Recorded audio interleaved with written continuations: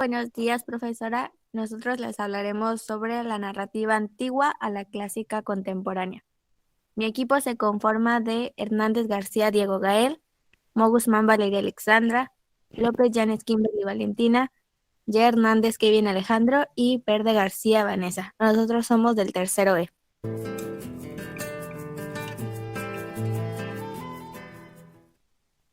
Bueno, la época clásica en la literatura se caracteriza por ser netamente oral. Además, se le considera la piedra angular de la literatura universal. Por lo general, cuando nos referimos a la época clásica o a la antigüedad clásica, hablamos de un periodo de la historia ubicado entre la alta antigüedad, cuando aparecieron las primeras civilizaciones de Oriente Próximo Antiguo, y la Baja Antigüedad, la transición de la Edad Media. El siguiente tema es sobre la Edad Media. Cuando hablamos de la Edad Media, hablamos de un periodo histórico que abarca desde el siglo V hasta el siglo XV.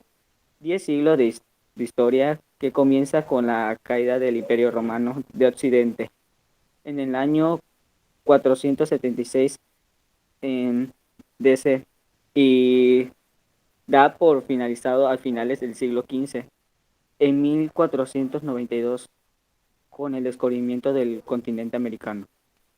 Bueno, sus características de la Edad Media eh, con el Occidente fue que finalizó con la desintegración del Imperio Romano de Occidente en el siglo V, y la Edad Moderna, que comenzó para algunos después del descubrimiento de América.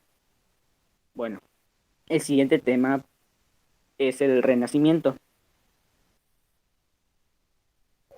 Bueno, el Renacimiento es el nombre que recibe el movimiento cultural que nació en la difusión de las ideas del humanismo, corriente intelectual paralela basada en la integración de los valores humanos.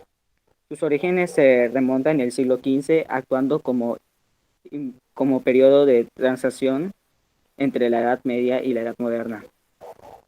Y mm, inició el Renacimiento en 1527, cuando saquean a Roma, y el papado del secuestrado, dejando la población sin guanza de católica, lo que permite que la reforma de las leyes.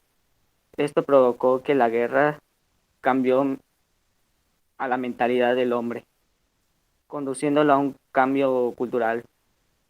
El siguiente tema es la Edad Moderna. Bueno, la Edad Moderna es el periodo que abarca desde el final de la Edad Media hasta el inicio de la Edad Contemporánea. Abarca aproximadamente unos 3 siglos y medio, desde la mitad del siglo XV hasta finales del siglo XVIII.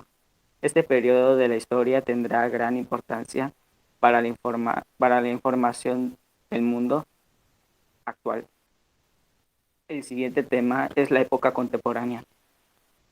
La época contemporánea exactamente corresponde a la designación de un hito específico del venir histórico que encierra los diversos acontecimientos que suceden desde la Revolución Francesa en 1789 hasta el presente, desde su contenido sinóptico en su uso. El siguiente tema es los aspectos conceptuales de la narrativa. Hay externos: la época literaria, momento histórico y biografía; internos: de narración, personajes, especialidad, temporalidad y organización de los hechos. A continuación sigue mi compañero Gael. Ok, lo- también están los aspectos internos, que se componen por el tiempo, el lugar o espacio, los personajes, el tipo de narrador y el ordenamiento que el narrador da a los hechos relatados. Bueno, el narrador se puede distinguir como primera, segunda y tercera persona. El interno o intradiegético es aquel que está dentro de la historia, el externo o extradiegético es aquel que está fuera de la historia, pero cuenta el relato.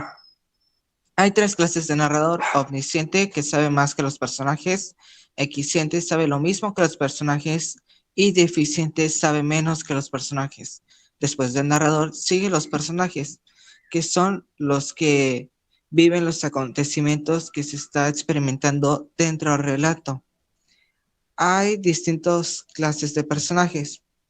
Primero está el protagonista, que es el que aparece en el centro de la historia. Coprotagonista: se trata de un personaje que está en el mismo nivel de importancia que el protagonista. El antagonista, que es que es el contrario al protagonista. El secundario aparece actuando al lado del protagonista, coprotagonista o del antagonista. Incidental: se trata de una figura cuya intervención es limitada o accesoria. El narrador personaje es aquel que asume la voz de relato en algunas situaciones o que aparece durante todo el relato. Por último está el testigo, que se trata sobre un personaje que solo está observando y no difiere o afecta dentro de la historia.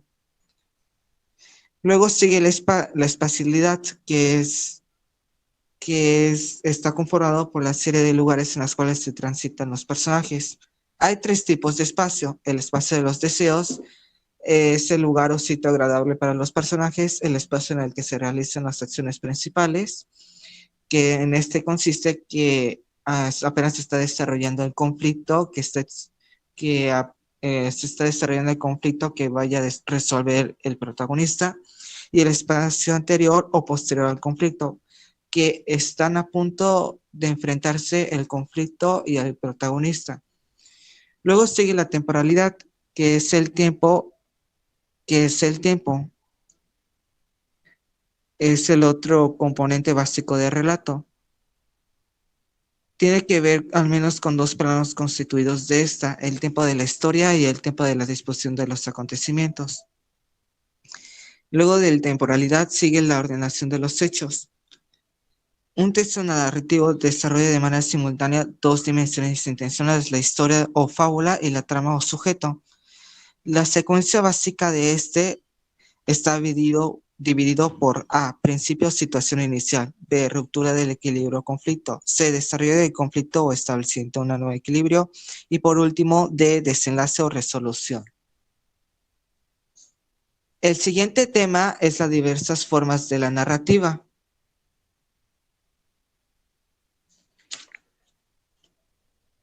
Primero está la narrativa fantástica, que es la más antigua. Se caracteriza por sorprender al lector, a veces por la presencia de los seres o situaciones sobrenaturales que se relacionan entre los personajes y las cosas que se presentan sobrenaturales como algo normal, pero en la realidad no es así.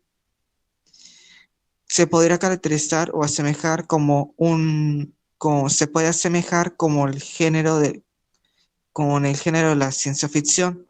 Un ejemplo de este sería la antología de la literatura fantástica, escrito por Jorge Luis Borges, Adolfo Bioy Casares y Silvina Ocampo. Después sigue la narrativa maravillosa, que en este se desarrolla cuentos de hadas, que en la mayoría de países europeos se desarrollan desde las distintas tradiciones de estos países, durante la antigüedad, hacia finales de la Edad Media y el Renacimiento. La narrativa de ciencia ficción.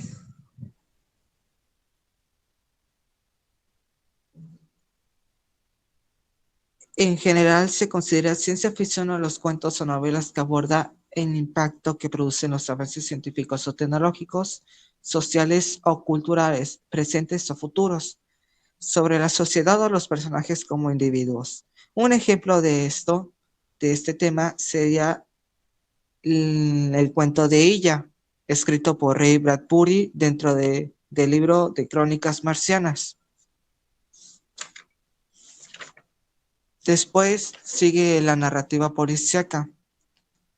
En su mayoría, esta temática se encuentra dentro de las novelas, la narrativa policíaca.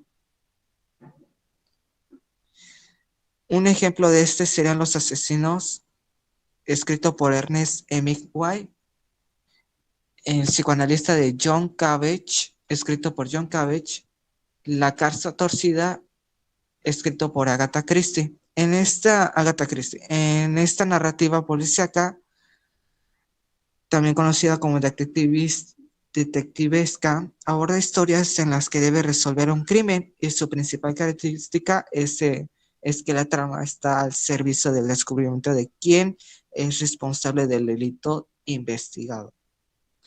Otras narrativas sería la narrativa gráfica o cómic y la novela gráfica, que se desarrolla solo a partir de ilustraciones y globos de diálogo. Ha sido otra modalidad contemporánea tanto para el cuento como para la novela a partir del llamado pictosecuencialismo. O sea, es la secuencia narrativa gráfica o en imágenes. Pues esto sería todo. Muchas gracias por escuchar el video y espero que les haya servido. Bonita tarde.